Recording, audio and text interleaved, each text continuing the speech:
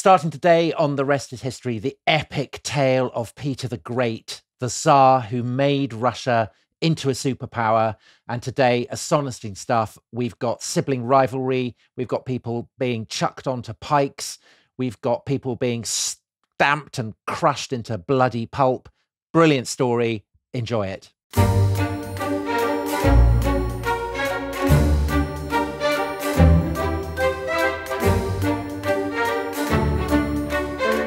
Let the soldiers know that now is the hour when in their hands rests the fate of the entire motherland.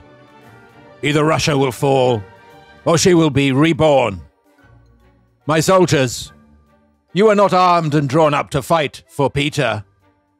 You fight for the nation entrusted to Peter by birth, for your kin, for the people of all Russia, the land that has protected you, the land that now awaits the decision of fortune. Remember as you fight that God and truth are on our side. And remember how many times the Lord of battles has shown us his favor.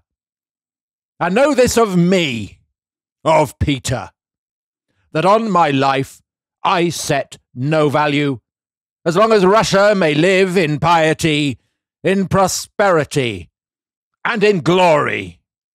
There we have, in ringing masculine tones, the proclamation of Peter the Great, Tsar and autocrat of all the Russias, to his troops on the 26th of June, 1709, the eve of the famous and seismically influential Battle of Poltava, the showdown that decided the Great Northern War. Dominic, quite possibly your favourite war, I think. Oh, I love the Great Northern War. It's a great. It genuinely is a great war. It is a great war, isn't it? Yeah. And it's very northern. Yeah. And it's a war. Yeah. So it ticks every box. It ticks every box going. And the reason it's a great war is that it marks the kind of definitive emergence of Russia as the superpower that it will be from that point on. Yeah. And unsurprisingly, that speech, which I think my deep masculine tone conveyed a sense of Peter as a titanic figure, not just historically, but physically. I mean, I hope people got that sense. But it's a speech that is obviously quite popular with the current leadership in Russia, isn't it? Because it's seen as a kind of great call to arms, to people to die for Russia. Exactly. And they actually read this speech, or they often recite it to recruits in the Russian army. So even today, it kind of has a political resonance, I guess. And Vladimir Putin has compared himself with Peter the Great. He has compared the war in Ukraine with the Great Northern War. And the Great Northern War fought against Sweden. Yeah. And the Swedes currently are kind of issuing all kinds of slightly nervous calls to arms, aren't they? Yes. So, not surprising. Although the interesting thing, of course, the Great Northern War, lots of people won't know this, is that the Swedes were the overdogs and Russia the underdogs in the Great Northern War, which seems completely bonkers. Well, because this is a story not just about Peter the Great, but about his great rival Charles XII, one of the most, intriguing military figures of his age. But it's also about so much more, isn't it? Because the story of Peter the Great, it's mad in so many ways. It's one of those historical stories. We don't get them that often, but it genuinely is one of those historical stories that a fantasy novelist would hesitate to invent it. So to give people a sense of the sweep before we get into the details, Peter became Tsar of Russia when he was 10. His early life was scarred by the most horrific violence. There was a struggle for power with his own sister. Then he got power. Then he did a mad thing. He went in disguise on a gap year to Western Europe, where he worked in the shipyards in Amsterdam and hung around with bishops and stuff in London and in Oxford. And, of course, famously had wheelbarrow races in Deptford, which is one of our favourite topics on The Rest is History. I think we've covered it about 6 times already, and we're going to do it again in this series. But never in as much detail as we're going to do it this time. And then he comes back. He cuts everybody's beards off. He fights this colossal war against the Swedes. He founds St. Petersburg. He fights the Ottoman Empire. He tortures his own son to death. And after all this, he dies peacefully in his bed, but he becomes the embodiment of Russia's aspiration to join the top table of the world's powers and to rank alongside the nations of Western Europe. So Peter has become this enduring symbol of the struggle for Russia's soul. caught between East and West, Europe and Asia. But as you said, it's not just about Russia. So it's about Poland, it's about Sweden, it's about the Ottoman Empire. It's sort of... And it's about Western Europe as well, Yeah. isn't it? As it's rising to kind of global power and wealth. Yeah. It's like a late 17th, early 18th century version of Risk with a strong element of Game of Thrones and a strong element of Succession all kind of mixed together. Well, I think there's a much more obvious television drama that is drawing on the life of Peter the Great. And that is a drama called The Great, which was actually about Catherine the Great. And it features Peter's grandson, who historically was a bit of a cipher and gets bumped off very quickly. But I think that the producers of that series were massively influenced by the example of Peter the Great. And I think that Peter III in that series is Peter the Great.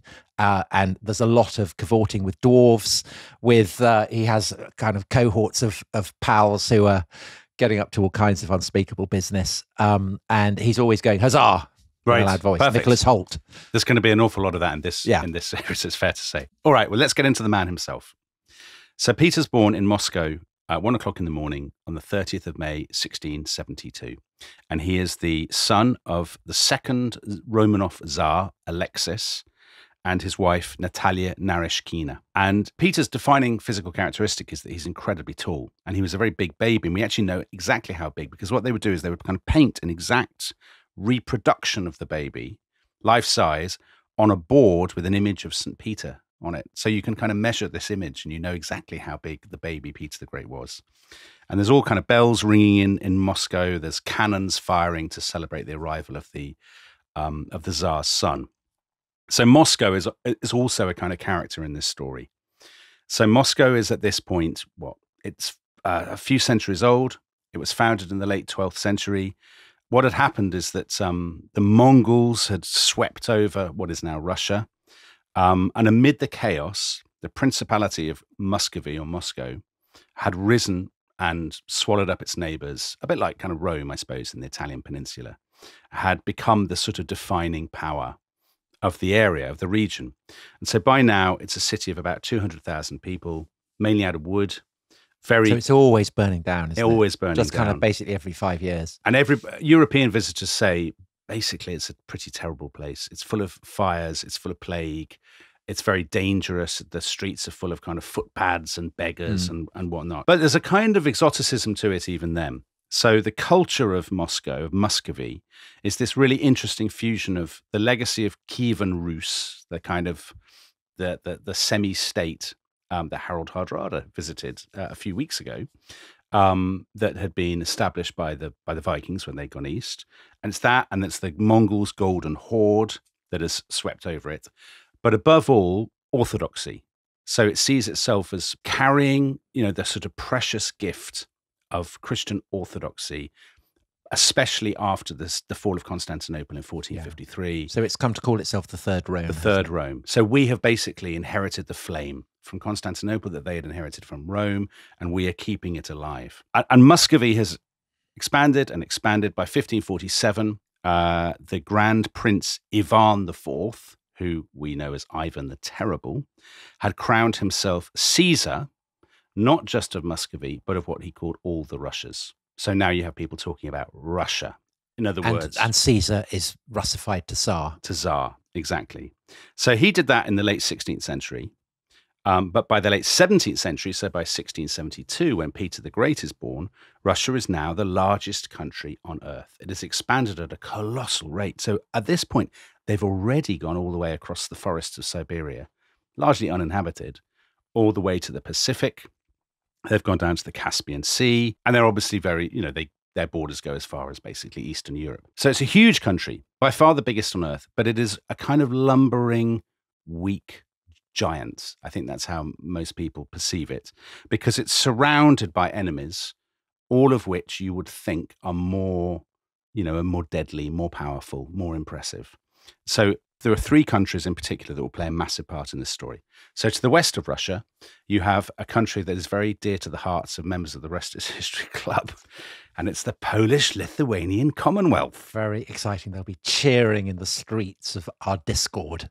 as you mentioned that. Yeah. So the Polish-Lithuanian Commonwealth, which is this very strange state, all we need to say about it at this point is the Polish-Lithuanian Commonwealth has basically been kicking the Russians around for quite a long time. They'd actually occupied the Kremlin in Moscow in 1610. However, the Poles have passed their peak and are now in kind of a long-term decline, as we will see. Now, to the south, there is the Ottoman Empire. They are a massive superpower. So they control the Black Sea, they control the Balkans, through their vassals, the Tatars, they control Crimea, and their influence goes well into Ukraine. Yeah, and they've been attacking Vienna. They have. So the Ottomans are a serious player, and basically the Russians have never challenged the Ottomans. They're kind of frightened of them. And then to the north, there is the great rival, which is Sweden. So the Swedish Empire has only recently become a great power. But at this point in time, 1672, it controls Finland, Estonia, and Latvia, as well as parts of northern Germany. And the Swedes are regarded as by far the most potent and formidable fighting force in Western Europe. So that's the legacy of Gustavus Adolphus, isn't it? Who was the great sword of Protestantism in the 30 Years' War. So Sweden is a Protestant power. Yeah. The Ottoman Empire obviously is Muslim. Polish-Lithuanian conflict, it's all kinds of religions flourishing there, but essentially Catholic. So Russia, as the Orthodox power, is surrounded not just by geopolitical rivals, but by religious rivals. And presumably that because it's the only Orthodox power, because Constantinople's been conquered, that must presumably intensify both its sense of being beleaguered by heretics, but also the sense of mission that it has as God's chosen vessel. Absolutely, it does. Absolutely. So orthodoxy is probably the single defining thing about Russian culture. So to give you a sense of what Russian society is like, it has 4 times as many people as, let's say, Sweden. But about the same number as Poland, right? Right, exactly. And not nearly as many, say, as France. No, nowhere near as many as France. And very, very few of these people live in towns. There are very few Russian towns. The vast majority are illiterate peasants. And sort of culturally, it feels very different from, let's say, Sweden or Poland, because frankly, to use a word that academics don't like to use now, it is very backward. So because the Orthodox Church has such a stranglehold, it has no universities, it has no schools, it has no playwrights, it has no scientists, it has no parliament, it has no newspapers, it has no navy. Right, and the navy... that's in large part because it has no ports, right? I mean, it has Archangel on the north, so the Arctic. But often that's frozen. That's frozen for 6 months or whatever. It doesn't have a port on the Black Sea. No. And it doesn't have a port on the Baltic. No. Because the Black Sea is an Ottoman lake, and the Baltic is essentially a Swedish lake at this point. That's right. So a way to think of Russia is as quite effectively landlocked and isolated country. When people go to Russia, they say, European ambassadors and whatnot, they say it is like going a little bit backwards in time. Even the way in which people talk about the Tsar feels sort of, he's a magnificent figure. He is the father of the Russian family. His noblemen prostrate themselves in front of the Tsar. They use this sort of language, I'm your humble slave, I'm but a lowly worm, all of this sort of thing.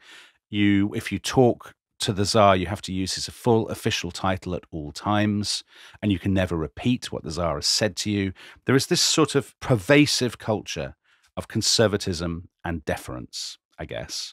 And nowhere is that more pronounced, of course, than the Kremlin itself. So again, as with Moscow, I think we should give a sort of portrait of the Kremlin so people who are not familiar with it can get a sense of what it's like. It's basically the word means a citadel. It's a citadel within the city. It is cut off from the rest of the city by a moat and by huge walls. And at the center of the Kremlin, where a lot of the dramas of Peter's life will play out, there is Cathedral Square, and there are 3 cathedrals. If you've ever been, I have been, and it's an amazing, amazing place to visit. There's these medieval cathedrals, and there's a palace called the Palace of Facets, which still stands, with a grand staircase running down the outside, which is called the Red Staircase. And there's going to be some very exciting action to come. The Red Staircase will be reddened. It will indeed. So let's talk about Peter's family. His father is called Alexis. His nickname is Tishaisi, which means the quietest. He's monkish and kind of pious and modest and whatnot. And Natalia, his wife, is his second wife. So it's this classic thing where the Tsar has had two wives and there's a little bit of tension between the two sides of the family. So the first marriage was to a woman called Maria Miloslavskaya. And she had two surviving sons, lots of daughters and two surviving sons. And one is called Fedor, and he's 11 years old. And he is bright and a nice chap, but he's very sickly. And the other one is called Ivan, who is 5, and he's kind of half blind. He's got a very serious speech impediment. He's like Claudius, only... Yeah, slightly more so. Anyway, their mother, Maria Miloslavskaya, had died, and Alexis had to choose another bride. And the rules are she has to be Orthodox. So it basically has to be Russian. And they would always have a kind of bridal show of candidates. So these women would be from the noble families, the boyar families, would be brought to the court, and they'd have to prove their virginity. And some of them might even be serfs, isn't that right? That's right, yeah. There's the whole spread. But am I also right that actually this is all a bit of a sham? Yes. Because the Tsar has already decided who he wants. He has. It's been a real kind of coup de foudre. It hasn't. Well, so basically it's very Henry VIII. His chief minister, who's a guy called Artemon Matveyev, has pushed forward his ward, who is called Natalia Narishkina. Now, she's supposedly very beautiful, very dark, very sort of demure. And Alexis took a massive shine to her. She's Peter the Great's mother. So they get married. And obviously, this is brilliant news for the chief minister, who's Matveyev, who is a really interesting character. And that's his surname, isn't it? He's not called Matt. No, he's not called Matveyev. His name is Artemon Matveyev, exactly. Right. He's interesting because he really anticipates Peter, because he is a meritocrat and a modernizer. He's the son of a diplomat. He collects books. He has his own laboratory and his own private theatre. He's really interested in kind of Western innovations. And what is more, he is married to somebody from our own island. So his wife is called Mary Hamilton, and she is the daughter of a Scottish royalist who fled abroad after the execution of Charles I. Because although the Russians are quite xenophobic, the Tsar himself has a lot of sympathy for exiles from the civil wars in Britain, doesn't he? Because he's absolutely appalled that an anointed king has had his head chopped off. Exactly. And actually, so that story about the chief minister Matveyev being married to this woman tells a wider story. So during the 17th century, merchants and diplomats had been arriving in Russia in ever greater numbers, and Alexis had established a segregated quarter outside Moscow, which comes to be known as the German suburb. Because they think all foreigners basically are Germans, is that right? Yes, exactly. And they say all these Germans, whether they be Dutch, Scottish, English, or whatever, or indeed German, they have to go and live there. There's about 3,000 people there, and they're allowed to keep up. I guess it's a bit like living in one of those compounds in the Middle East. Yeah. In Saudi Arabia or something. Yeah. Exactly. There they can put on plays, they can smoke tobacco, which is disapproved of in Russia. They can mix with women, again, which is the mixing of the sexes is disapproved of in Russia.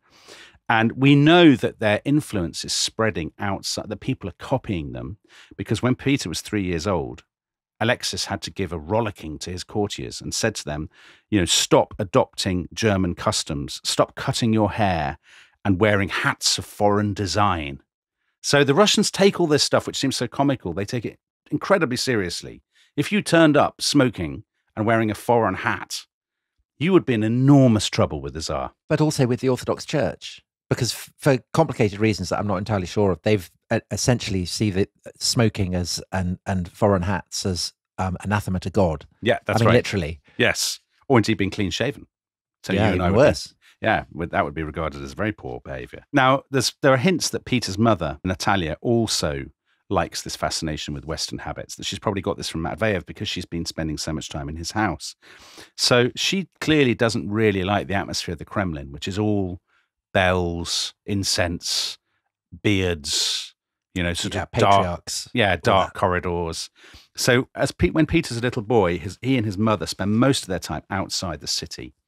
And we only have a couple of kind of glimpses of him. There's a story about him riding with some dwarfs on a coach. I mean, there are a lot of dwarves in this story. But then the first of many bombshells in this story, his father catches a chill and dies at the age of 47 in 1676. So that's what's Peter. He's about 3.5, something like that. And he is succeeded by the older of Peter's two half-brothers. So this bloke, Fedor, who's now 14. And he is so sickly that he had to be carried to his own coronation. So that's actually really bad news, you would think, for Natalia and for Peter, because the old family, the previous wife's family, are now in the driving seat, the Miloslavskis. And running through this story is a sort of rivalry between these two clans, the Miloslavskis, who were the first wife's family, and Natalia's family, who are the Narishkins. And Matt. So Matveyev, the chief minister, he is stripped of all his property, he's arrested, and he's sent to an obscure town in the Arctic Circle. Oh, God. So that's bad news for him. So now Peter sort of disappears from sight inside the Kremlin. It's not that bad. Fedor is actually his godfather and is actually quite nice to him and makes sure he's educated and all this. So he's not going all Suetonius. No. On his kind of rival. No, not on his at little all. half brothers and things. I think so some of these people you think, oh, they must be the most awful butchers and kind of callous, cruel. This is not the case at all. So Fedor is quite nice to Peter. And he's a little bit of a reformer, Fedor. But he dies young as well. So he rules for 6 years and then he dies. And now we have a big succession crisis. So it's 1682. Peter is 10 years old. He's this big boy, huge and bright. But he's only a child, of course. And he has one remaining half-brother, who is Ivan, who is 16 years old. He can't walk. He can't see. He speaks only with difficulty. So he's also not an outstanding candidate. And there are two camps, basically. There's the Miloslavskis who want Ivan, and there's the Narishkins who want Peter. And there's great arguments. There's actually arguments around Fedor's deathbed. And the patriarch goes out onto the red staircase and he says to the crowd, who do you want to rule? Do you want Ivan Alexeyevich or do you want Peter Alexeyevich, son of Alexis? And the crowd shout for Peter. Oh, we want Peter. The patriarch says, brilliant. He goes back inside. He kneels before the 10-year-old Peter and says, will you be our Tsar with your mother Natalia as the regent? Yes, brilliant. Get that bloke back from the Arctic Circle. Matveyev. Get him back. He can be chief minister again. So it all looks great for Peter. Okay, he's 10, but everything has gone his way. What could possibly go wrong, Dominic? There is a twist. There is an extraordinary twist. So I mentioned offhand that Peter's father's first wife, Maria Miloslavskaya, had a lot of daughters. Now, normally, these daughters were just shoved into a place in the palace called the terem, like the kind of harem, and never let out again. It's princesses. But there's one of them who is clearly a really exceptional woman. She's called Sophia. She's almost 25. She's very clever. She's very brave. She had been educated alongside her brother Fedor, which is very unusual. And when Fedor was Tsar, she had gone to his council meetings. She'd talked to his ministers. I mean, this is really exceptional, isn't it? Because it is hard to overemphasize how chauvinist Russian political culture is. Exactly. I mean, extraordinary details about how when a woman is married, the father will hand over a whip to the man who's marrying her. Yeah, now you're in charge. Your turn. Yeah, there you go. I know. It's terrible. So from Sophia's point of view, the accession of Peter, her half-brother, that's terrible news. Like she's going to be shoved into this sort of corner of the palace and never come out again. And she's a spirited, who's been attending the council and stuff. Right. So kind of death. And so she basically says to the patriarch, what? At least have joint monarchs, Peter and my brother Ivan, because if you don't, that's the end of me kind of thing. So she makes a massive spectacle of herself. She goes to Fedor's funeral. She breaks down in tears very conspicuously. She says, Fedor was actually poisoned. My sisters and I are in danger for our lives, all of this kind of thing. So she's sort of reminding everybody that she's still there. But what's crucial is that she has very powerful allies. And these allies are effectively the Praetorian Guard of Moscow, who are the Streltsy. And the Streltsy are Russia's first ever professional kind of standing army. They were founded by Ivan the Terrible a century earlier. There's 22 regiments of them. They're musketeers and pikemen. And they're stationed in Moscow. They're stationed in Moscow. They wear the most amazing outfits. They have these kind of long... They wear kaftans, don't they? Kaftans, yeah. And yellow boots and kind of fur hats and stuff. They look brilliant. You see, fur hats I would be menaced by a man in a fur hat. Would you? But And I yellow can't boots. take yellow boots. I mean, but a caftan. Yeah, I know. No. It's a bit Narnia, I think. Yeah. Yeah. I think. Anyway, Summer of Love, isn't it? They're in. Yeah, it is. That's exactly what it is. It's actually San Francisco, 1967. Yeah. They basically become a hereditary caste. So you pass down your place in the Streltsy from father to son. But the Streltsy are always falling out among themselves. The officers treat their men like absolute dirt. And what is more, the officers get the men to basically do things like dig their gardens for them and kind of, do odd jobs. And the men hate doing that. So while, by coincidence, while Fedor has been dying, there's been a mutiny among some of the Streltsy. They're sort of pikemen and musketeers. They accuse their officers of abusing them and stealing their money. And Sophia and her allies use this. They're like, brilliant, we can use this. We can use these mutineers. And they go to the Streltsy. They clearly spread rumors among them. They say, listen, Fedor was poisoned by foreign doctors working for the Narishkins. If Peter becomes Tsar, then foreigners will be given all the commands in the army and orthodoxy will be undermined. And actually, Natalia, Peter's mother, is planning a massive crackdown against you, against the Streltsy. So you should do something about this. So this clearly begins to seep into the sort of the Streltsy's imagination. And then the denouement comes on the morning of the 15th of May. So two of Sophia's mates, her sort of aristocratic mates, ride into the Streltsy quarter of Moscow and they say, the Narishkins are taking over the Kremlin. They have murdered Ivan, which is actually not true. They're going to kill the whole royal family. Quickly to the Kremlin, to arms. And the Streltsy rush out of bed. They put on their armor, they get their weapons, and they march into the center of Moscow. Their banners flying, kind of drums beating, and they're shouting, we're going to the Kremlin, we're going to the Kremlin, we're going to kill the traitors. They get to the Kremlin. The guards at the Kremlin let them in, and they swarm into Cathedral Square, which is in front of this palace with the red staircase, and they're shouting. There's just basically a mob of men waving pikes and shouting, give us the Narishkins, give us Matveyev, death to the traitors, death to the foreigners, all this sort of thing. Inside, Natalia, Peter's mother, Peter, this guy Matveyev, they're all there. Oh gosh, what are we going to do? And Matveyev says to Natalia, look, you have to calm them down. You have to tell them this is all nonsense. Go out onto the red staircase, take the two boys, Ivan and Peter, show them to the Streltsy. So Dominic, this is quite like Marie Antoinette confronted by the women from Paris. It's exactly what it is. It's exactly, I was thinking that myself. Natalia shows tremendous courage. She takes the two boys, 16-year-old Ivan who can barely walk, 10-year-old He's meant Peter. to be dead. He's meant to be dead, but he's not dead. Yeah. She takes them out onto the staircase. There's priests and kind of the boyars, noblemen behind her. And below, there's this massive mob of men in yellow boots. Yeah, waving their pikes and shouting for her blood. And she says, here are the Tsar and the Tsarevich. There are no traitors. You have been deceived. And some of the Streltsy don't believe her. And they go up the stairs. They go right up to Ivan. They say, are you really Ivan Alexeyevich? And he says, yes, I am, kind of thing. And they're like, And then eventually they go back down the stairs. Matveyev steps forward. He's the chief minister. And he says, look, chaps, you've been misled. This is all a massive misunderstanding. I will give you all a pardon. You should go home. And do you know what? It works. They seem to listen. He says, brilliant. He goes back inside. But Dominic, do you know what a Roman emperor would have done in that situation? He would have given them a massive bung. Yeah, he would. He'd have given them a large amount of money. So that's where I think Matt went wrong. Well, and also what goes wrong now is one of their commanders steps out onto the red staircase. So one of the nobles who's like nominally in charge of them, who's a guy called Prince Michael Dolgoruki. And he says, well, you've been told now, you've disgraced yourselves. You've let yourselves down. You let Moscow down. You've let the good name of the Streltsy down. Go back home to your barracks. And if you don't do as you're told, I will flog you. And this is this is a foolish move from Prince Dolgoruki. Because when the Streltsy hear this, they say, what?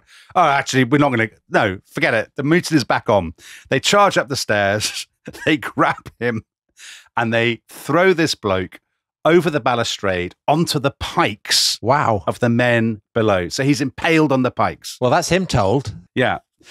Now, there's a wonderful book about Peter the Great by Robert K. Massey, and I've had to restrain myself from just quoting enormous chunks.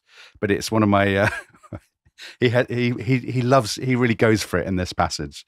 He says, the crowd roared its approval, shouting, cut him to pieces. Within a few seconds, the quivering body was butchered, bespattering everyone around with blood. That's my kind of prose. This is just the beginning. So the Streltsy now go absolutely they go berserk. They charge up the stairs. They've drawn their weapons. They burst in. The first person they see is Matveyev, who stunned to see them because he thought everything had passed off successfully. He sorted it out. He's chatting to Natalia, who's still holding the hands of the two boys. They grab Matveyev. They drag him outside. He's kicking and screaming. They throw him over the balustrade too, onto the waiting halberd points, and he is hacked to pieces too.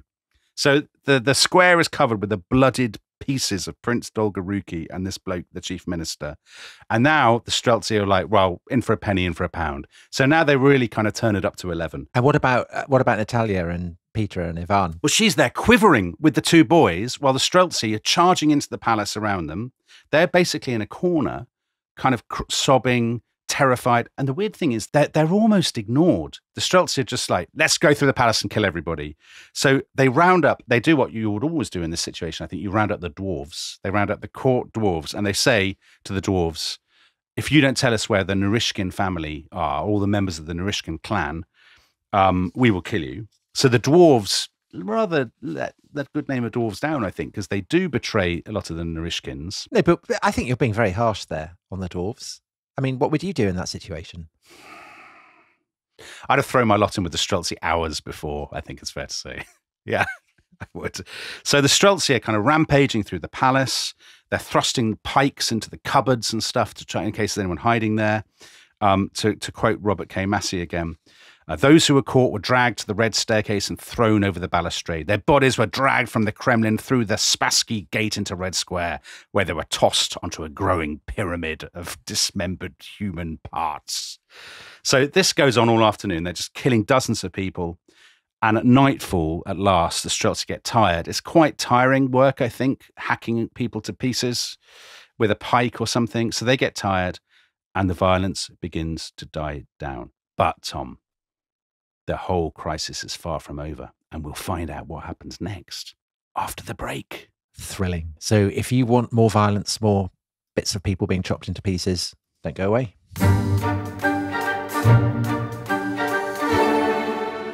Welcome back to The Rest is History. Dominic, it's all kicking off in Moscow, in the Kremlin.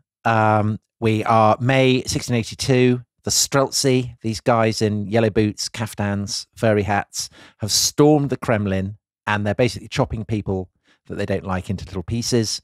And inside the palace of facets in the Kremlin, poor little Peter, only 10 years old, with his mother, with his half-brother Ivan, they are huddled in a corner, and they must be kind of worrying whether they might be joining the dismembered body parts out in the court. Of course, because the Streltsy have kind of gone for a rest, but the next morning they come back for more. So Natalia and Peter and Ivan are still sort of in this corner, kind of crying and whatever. They've had a sleepless night, terrified that they're going to be thrown into pike points as well. The Streltsy return. They say to Natalia, well, there are probably loads of your relatives still here, and we're going to kill them too. And they have a particular hatred of her brother, who's also called Ivan, confusingly. And they basically say, we're not going to give up until we've found him, we've chopped him into pieces too. And so for the next 2 days, they're all trapped in the palace while the Streltsy are just searching like drawers, cellars, behind the wardrobe, under the bed, looking for Natalia's brother.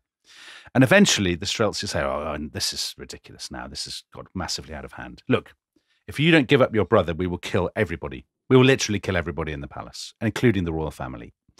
And Sophia, who's sort of been behind all this, but is hanging around, the sister who's hanging around as well, she goes up to Natalia in front of everybody, and she says, your brother will not escape the Streltsy. There is no way out. To save our lives, you must give up your brother. And poor old Natalia, she's in floods of tears, and she basically says to her servants, go and get him. And they dig him out from whatever kind of cupboard he's been hiding in. He'd hidden in the cupboard, hadn't he? And they'd left the door open. So it looked like they'd already searched it. That's it. Very that's clever. it. Yeah. So she takes him into the palace chapel. He's given communion for the last time. She gives him an icon of the Virgin to hold. And then she leads him outside. And maybe, you know, if this was a film, there'd be a lovely twist now where the Streltsy actually, they're moved by this scene and the sight of him with his icon. But they're not. But no, they're not. They drag him out into Red Square. They torture him. They kind of because they break his wrists and ankles, don't they? So that they're kind of flopping. Yeah, it's horrible scene. It's a dreadful scene. They do this weird thing where they lift his body up on their spear points and kind of parade him around, and then they just cut him up and then they stamp on all the pieces, which just seems unnecessary. I think. Yeah, I would call that's robust even by Russian standards, isn't it? Yeah, I think it's fair to say the Streltsy's methods are a little bit unsound. Would you agree with that, Tom? I think I would. So anyway, they've completely won. They end up being appointed as the palace guard. The Kremlin's silver is all melted down to give the Streltsy 10 rubles each. Oh, so there's the Caesar policy. Yeah, but too late. Late, right? They're given a triumphal column in Red Square in which the names of all the people they've killed are inscribed as common criminals. So Peter is not actually deposed, but Sophia gets her way so that her brother, Ivan, is raised to joint Tsar and is going to be listed first, and she will be the regent instead of Natalia. But Natalia is fine, isn't she?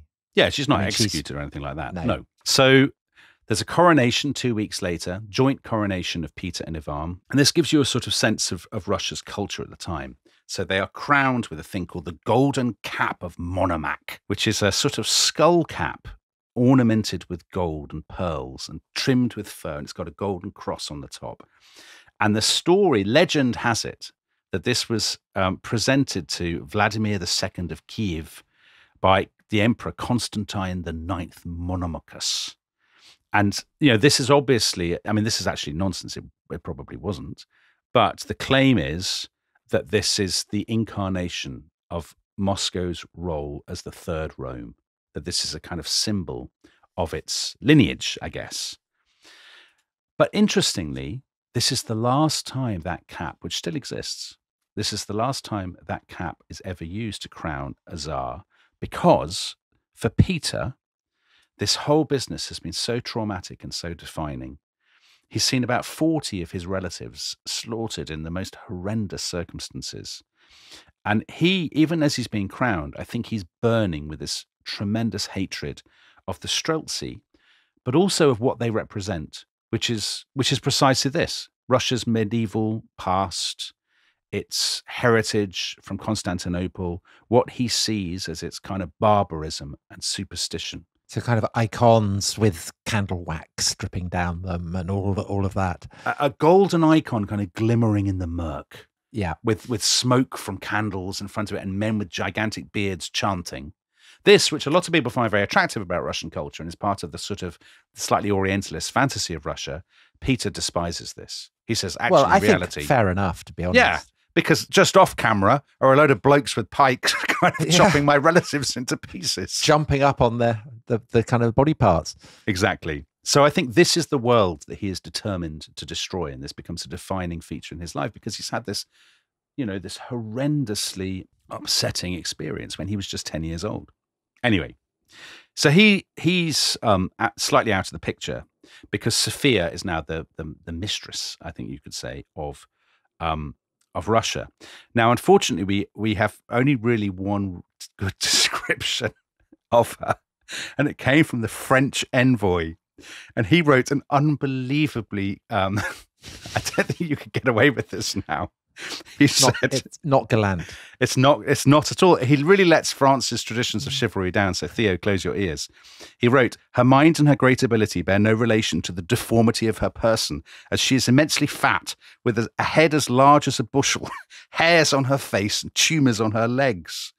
But, he then said, in the same degree that her stature is broad, short, and coarse, her mind is shrewd, subtle, unprejudiced, and full of policy.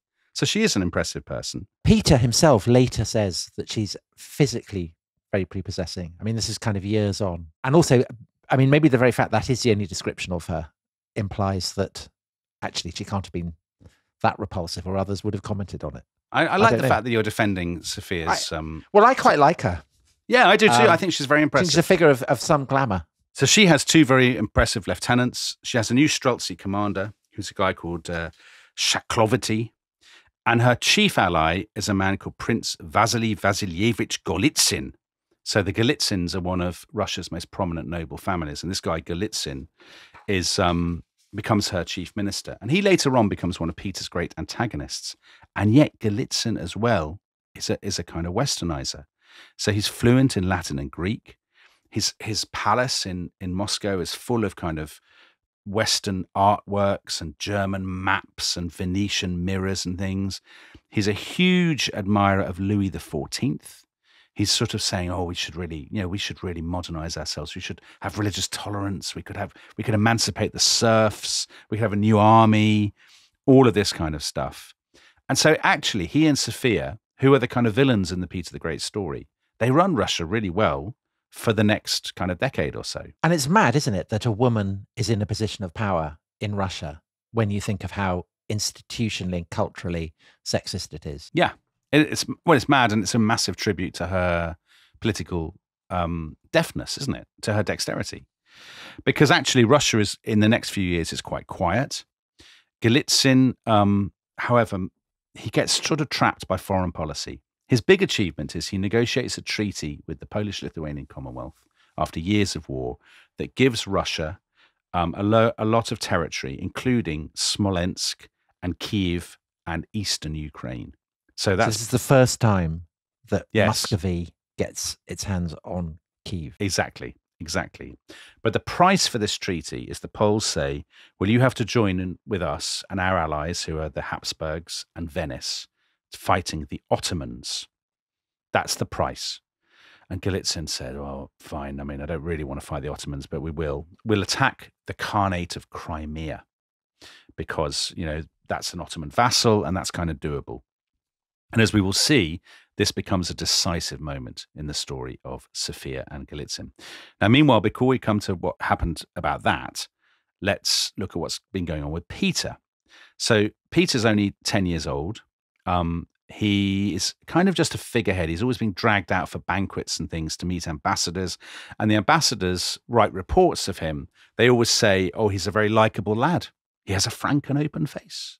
His great beauty and his lively manner, his half-laughing mouth. He's a remarkably good-looking boy, all this kind of thing. These are kind of quotes from German doctors and Swedish diplomats and things. So people say, he's very impressive. One day he'll be a good Tsar. The good news for him is basically he can spend a lot of his time actually hanging out with his mum. They go to this. His father had a hunting lodge at a place called Preobrazhenskoye. Where? Preobrazhenskoye, Tom. Do you want to have a go? No. So he's hanging around on this country estate. And this is the point at which he gets into one of his great passions, which is kind of bonkers war games. Well, because he's not just playing with toy soldiers, is he? He ends up playing with real soldiers and real artillery and all kinds of stuff. I mean, he has been obsessed with war since he was a boy. He has always had sort of play soldiers. Yeah. His friends were chosen for him from other noble families and boyar families. And he basically, when he goes to this hunting lodge, he rounded up all his dad's old servants, the kind of falconers and the kind of hangers-on at the hunting lodge. And he said, I'm going to make you an army. And by the time he's in his sort of mid-teens, the word has spread around the area that the Tsar, because he is kind of still joint Tsar, he wants people to join his kind of play army.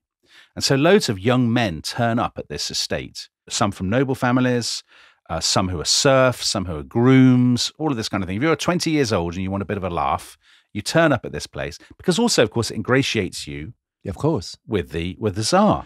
And the outfit that they're being given, these kind of play soldiers, are Western outfits, right? Yes. They're not the kind of caftans and yellow boots. It's tricorn hats and... Right, and a big green coat. A green coat and a kind of tricorn hat, exactly. And there's about 300 of them. They live in, he says, well, I'll build you a barracks. So they're given ranks. They're given a soldier's pay. So in the long run, these two regiments evolve into the Preobrazhensky and Semyonovsky Guards regiments, which become the oldest regiments in the Russian army. And they were only disbanded, Tom, after the Russian Revolution. So there you go. Such vandalism. So basically, they spend all their time like digging trenches, playing war games, and Peter joins in, but he insists, and this is a defining thing about him. He says, I'm not going to be a commander. I'll just be a common soldier. He loves this kind of play acting, this role playing. So he says, I'm a drummer boy.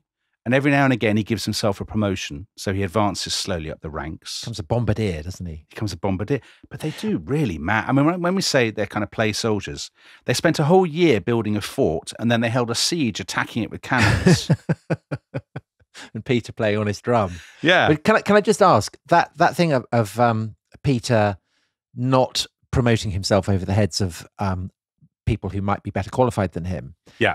Is he also kind of making a political statement there, looking ahead that birth won't necessarily guarantee privileged position, do you think? I think he is. I think it definitely has a political meaning. I think there's no way in a society that is so conservative and so hierarchical as 17th century Muscovy or Russia, there is no way that could not have a kind of political significance. Because it's kind of instilling a notion that meritocracy will matter under his rule. And as we'll see, he does this in very peculiar ways in other forms. Like he sets up his own kind of mock church, doesn't he? In his own mock court. Yes. And all of this stuff that is, this is when they're doing the sort of dwarf tossing and like playing terrible practical jokes on people with bellows and stuff like this. Bears. But all this sort of strange role playing runs all the way through his life. Like when he goes in disguise, sort of incognito, to Holland or to England. He's always... But it's very subversive, isn't it? Yeah. In a society where the status of the Tsar is conveyed through what he wears and the postures that he takes. To subvert it so profoundly is in effect to subvert a lot of the ideology that is governing his monarchy. That's right. Although the funny thing is he'll subvert it kind of only so far, up to a certain point. Yeah, because if you really did treat him with no deference, I mean, he would kill you. Of course, like personally behead you or something. But he's recalibrating what it is to be a Tsar. I mean, he's Exactly. not abdicating his absolute rule. No, but he wants to reconfigure it. Yes, yeah, I think that's absolutely right. I think that's right. And I think what's remarkable about him, it's not just the role playing; it's also his enthusiasm, his tremendous energy, and his curiosity. You know, he has insatiable appetite for learning things and for doing things. And it's practical things as well, isn't it? So it's not just kind of learning about the broad sweep of the world, but it's about how do you make things? Right. So he does things like when he's a teenager, when he was not sort of attacking fake forts and stuff, he has a big sort of clock, like a grandfather clock, ordered and brought so he can take it apart and put it back together. He has a carpenter's bench. He's the kind of boy who, you know, he said, what do you want for Christmas? He'd say a lathe. He loves a lathe. He's always messing around with lathes and stonemasons' tools. He learns to carve ivory. He learns to turn wood. He basically does a lot of things that I would hate to do because I have no interest in lathes. I'll just put that out there. But his biggest passion is the sea and ships. So in 1688, when he's 16? Somebody gave him a sextant, but nobody knew what it was or how to use it. And they said, oh, there's some bloke in the German suburb. He's a Dutchman. He's called Franz Timmerman. He smokes a pipe. He'll show you. This bloke Timmerman turns up and he says, I'll show you how to use the sextant. And he ends up teaching Peter geometry and geography. And they go for these long walks together talking about geography. And one of these walks, that summer, they're in this estate and they find this shed full of junk. And they go into the shed. What's all this? And they find a boat upside down. And Dominic, where has that boat come from? Do you know where it's come from? It's come from our own country. It's come from England. It's an English boat. It's got masts and it's got sails and it can go against the wind. This is what Timmerman tells Peter. He says, look, if we sort this out, you could go sailing on this and you know, it'd be amazing. And Peter, oh, brilliant. He says, could you know anyone who can fix it? Timmerman says, well, I know another Dutchman called Carsten Brandt. He could repair it. Peter says, brilliant. They get this bloke Brandt to do this. They get this boat, they take it to the river, and then he goes sailing every single day. And do you know, that boat is in the Naval Museum in St. Petersburg to this day. The boat is called the Grandfather of the Russian Navy. And it's an English boat. Yeah, I love it. Now, the Russians have never been interested in the sea. They're a landlocked country. Because as we said, there's only Archangel. No Baltic, no Black Sea. So everybody says, what's going on here? What's all this business? They're baffled by it. But Peter basically gets permission to go to a lake. He builds a boatyard on this lake. He says to this bloke, Brandt, this Dutchman, build more ships. And they start building like frigates and yachts and all this kind of thing. And I don't think you have to be a tremendous amateur psychologist to work out that actually this is about Peter's. He dreams of escaping the suffocating, claustrophobic atmosphere of Moscow and of the Kremlin.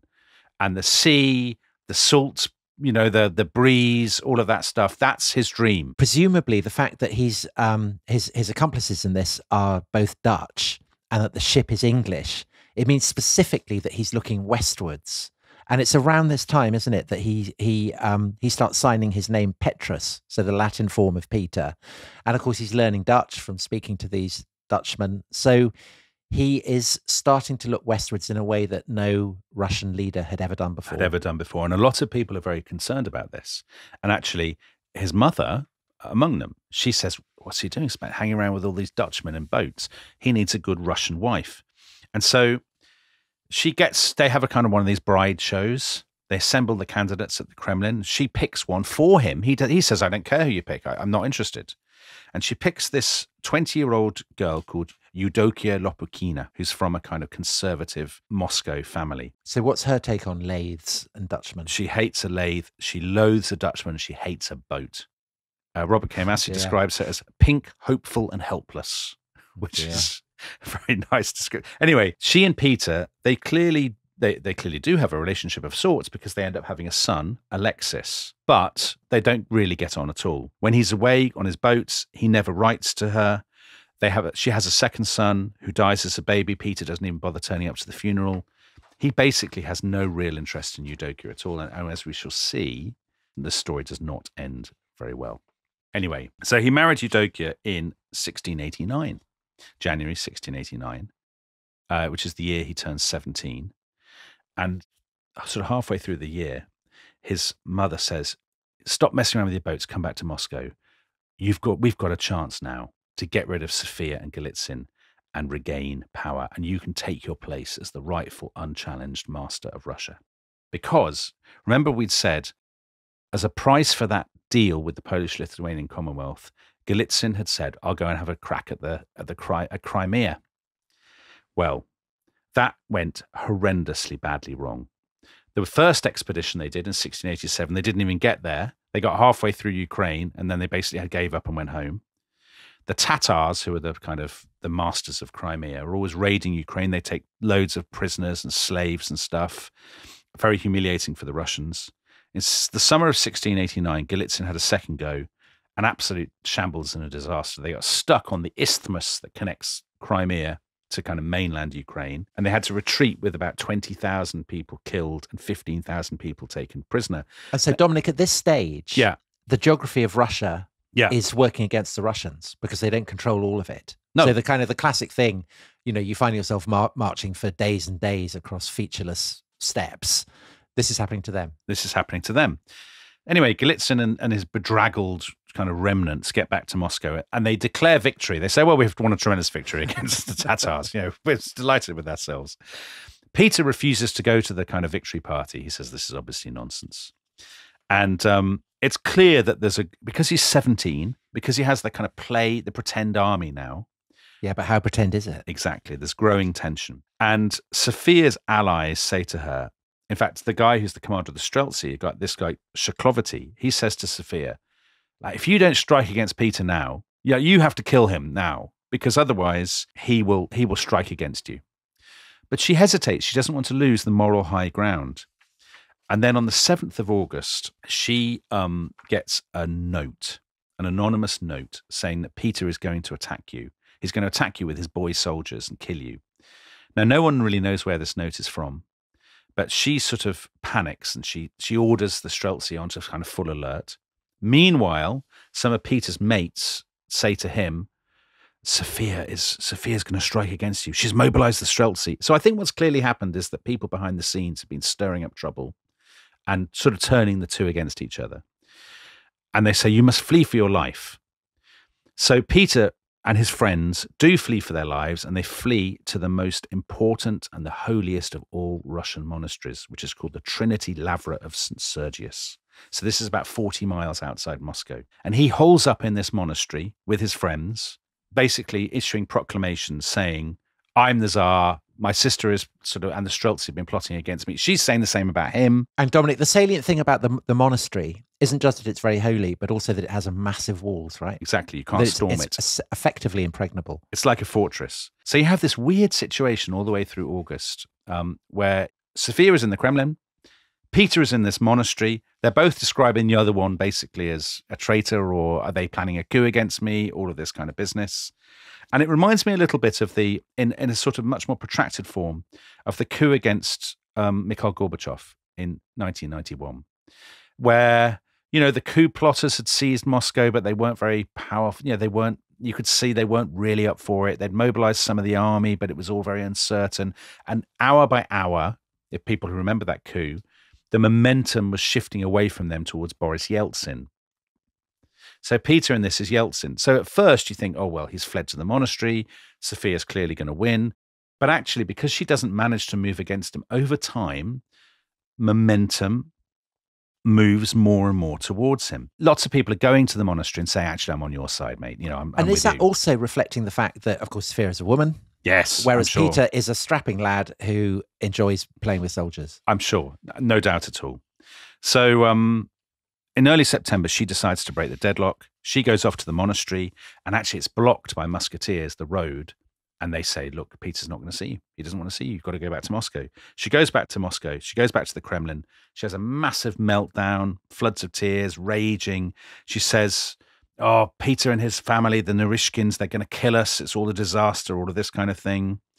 And then eventually the stalemate, the deadlock is broken, not by Russians, interestingly, but by the foreigners in the German suburb, because the Russian army, the high command, are generally foreigners because they're the only people who know what they're doing. And yet again, Tom, it's a man from our own beloved country. It's a Scotsman called General Gordon. It's great to have a General Gordon back on the show, isn't it? It's been so long. It is. It's a great moment. There's a bloke called General Gordon. But not the General Gordon who got nervous around women. No. And got killed in cartoon. No, not that one. Not Chinese Gordon. No. This bloke is Russian Gordon. So we'll talk about him in the next episode, about his background, because he's an interesting character. He's a Scotsman, isn't he, General Gordon? And he has been serving in the Crimea and all this, in these campaigns. He's been torn between the two camps for a long time, but he's very fond of Peter. He'd helped him with his war games. And what makes Gordon's mind up is he says, look, it's clear that actually only one of these camps has real ruthless killer instinct. And you always should back that person, the more ruthless, the more dangerous of the two parties. And that is Peter. And so one night he leads all the foreign officers to this monastery. They get there at dawn, and one by one they line up and they kiss Peter's hands. It's like the sort of Al Pacino in The Godfather or something. Yeah. Very, very Godfather. So the news of this reaches Moscow, and the Streltsy in their yellow boots say, oh, clearly Peter's going to win. So they change sides as well. And they arrest their own commander, this bloke Shklovety, and he is beheaded. Prince Golitsyn, who actually was a very good ruler of Russia. And a westernizer. So might have been an ally for Peter. He's stripped of all his property. He's exiled to the Arctic, and he basically spends the next quarter century of his life, 25 years. He just lives in the Arctic, and no one knows what happened to him. That's a terrible fate for a man who likes a harpsichord, isn't it? Exactly. And poor old Sophia.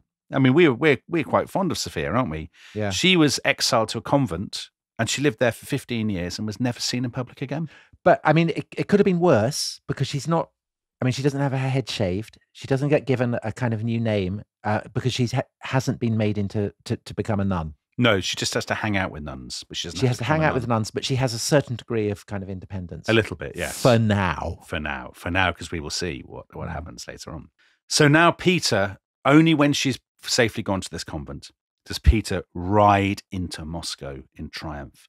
And it's an amazing scene. This is kind of the end of your season 1 of the kind of Apple TV series or whatever. He rides in past lines of Streltsy, kind of kneeling in the dust to ask for his forgiveness. He goes through the gates of the Kremlin. He goes up to the cathedral, to the Dormition Cathedral. His brother Ivan is still there. He's still kind of hanging around. And he embraces Ivan, and then he goes into the palace. He puts on the robes of state, And then he steps out onto the red staircase, the very place where so many people had been butchered when he was 10 years old. He steps out to receive the acclamation of the crowd. So at long last, he's 17 years old. He is the master of Russia. His mother is going to serve as regent, but he really wields supreme power. And Tom, in the next episode, we will find out how he intends to use it. Brilliant, Dominic. Thrilling stuff. And as you said, so much to come. So we've got Peter's gap year in Western Europe, going to Holland, going to England. He gets his revenge on the Streltsy. And then in subsequent episodes, we have the Titanic showdown with the Swedes in the Great Northern War. And believe me, it really is a great war. So Rest is History Club members, of course, can hear all the episodes in this series right now. And if you're not a member of the Rest is History Club, then you know what to do. You can head to therestishistory.com. But either way, we will be back for more Peter the Great themed action. See you then. Bye-bye. Bye-bye.